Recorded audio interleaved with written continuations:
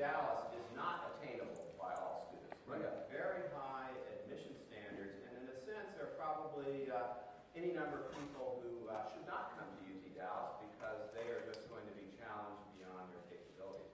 But let me talk about access. We are an accessible institution, but let me tell you what our philosophy is. Sort of as a quirk of legislation, we wound up admitting community college transfer students a decade earlier than we started admitting first-time in college freshmen. And so we've got a long history of great success here through the community college route. In fact, of the order of half of our baccalaureate degrees are awarded to students who transfer to us. This is so important for parents to understand that the community college, in my view, is the key way to make places like UT Dallas and other top-tier selective universities accessible. You can go to the community college. We have advisors embedded in the community college.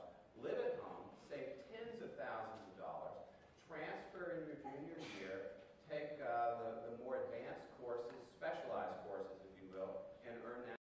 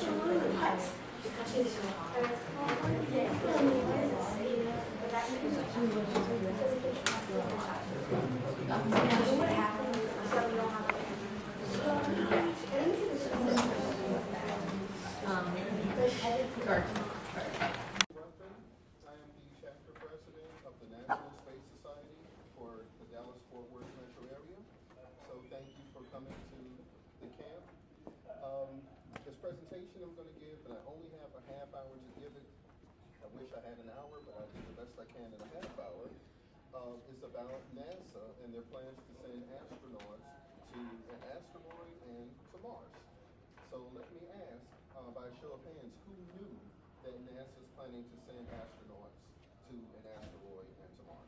Anybody? I knew Mars. Okay. I knew both. All right. Well, before Mars, the plan is to send astronauts to an asteroid. So, let's see. And securing the asteroid after it's no longer spinning and sending it to an orbit around the moon. And there's the moon and the Earth. Hi, can I get your name? Avirat. And can you tell me what you're doing here at the University of Texas at Dallas? I'm taking an Alice camp. That it's programming, basically. It's a beginning programming for 3D.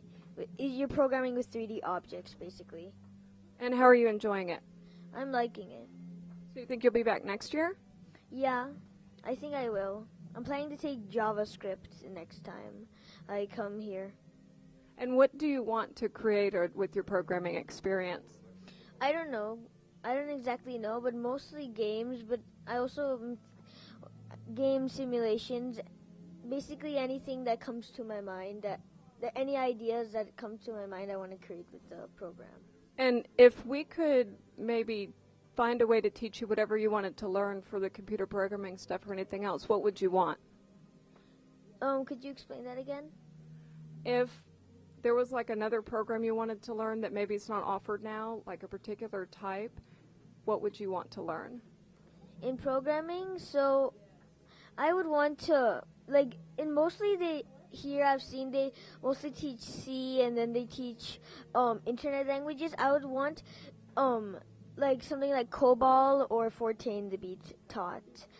Though they're not used that much, it would be nice to learn them. Okay, well, thank you very much. Can you tell me what grade level you're in? I'm going to 6th grade next year. Okay, well, thank you very much.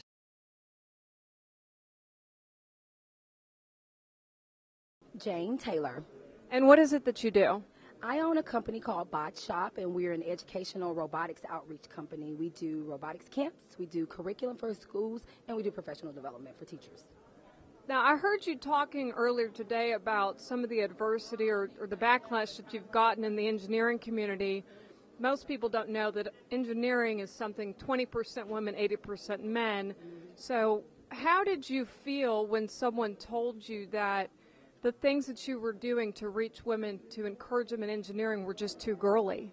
Yeah, I really felt like, I didn't originally understand it, and so I researched into it to see if there was any validity. And what was said, or research that was done, was that sometimes there's backlash to when you do all-girl outreaches. If you too girlify it, you put too much pink in it, you put too much girl, that it had a reverse effect, that it would actually turn some girls off about it. And so I started to, look at what they were saying and see, trying to find out how valid it was in my own experience. And that was not what I was experiencing when I was trying to promote my camp, my all-girl camp. It's called the She-Bot Camp.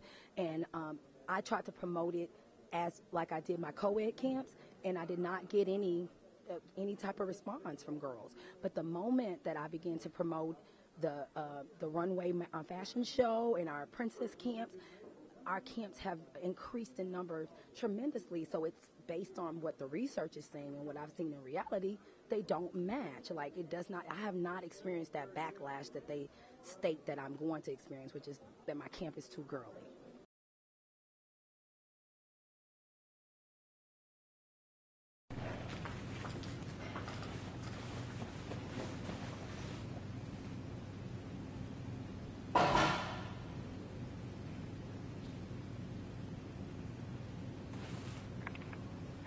My question is, especially from being a medical doctor, what medical issues that astronauts face for deep space missions do you think we're on the verge of solving in regards to the advances in technology?